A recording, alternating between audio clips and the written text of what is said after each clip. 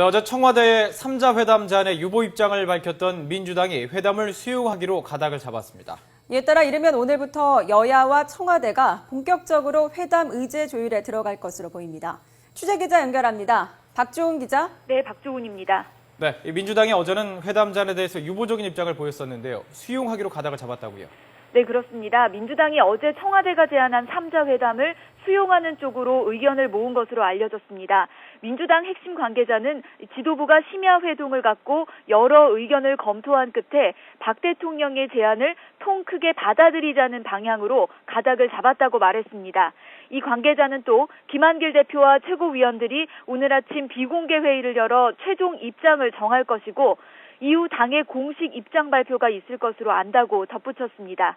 이에 따라 1시간 뒤쯤 오전 9시에 시청 앞 천막당사에서 열리는 최고위원회의에서 회담 수용 입장이 나올 것이라는 예상도 있습니다.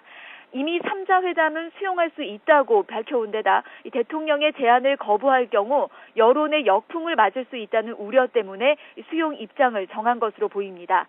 다만 민주당은 오늘 공식 입장을 발표하면서 회담의 핵심 의제로 국정원 대선 개입 의혹에 대한 박근혜 대통령의 유감 표명과 국정원 개혁이 포함돼야 한다는 점을 분명히 할 것으로 보입니다.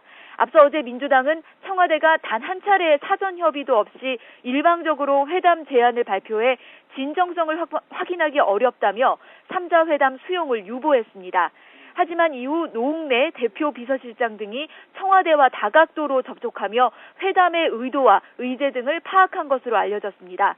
민주당의 공식 입장이 발표되면 여야와 청와대는 본격적인 회담 의제 조율에 들어갈 것으로 보입니다.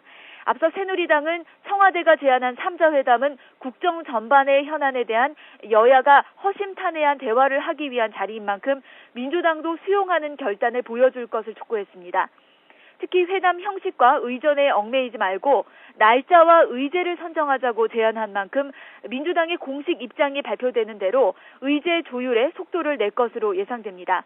회담 시기는 청와대가 어제 언급했던 추석 전 오는 16일이 유력한 것으로 보입니다. 지금까지 국회에서 YTN 박조훈입니다.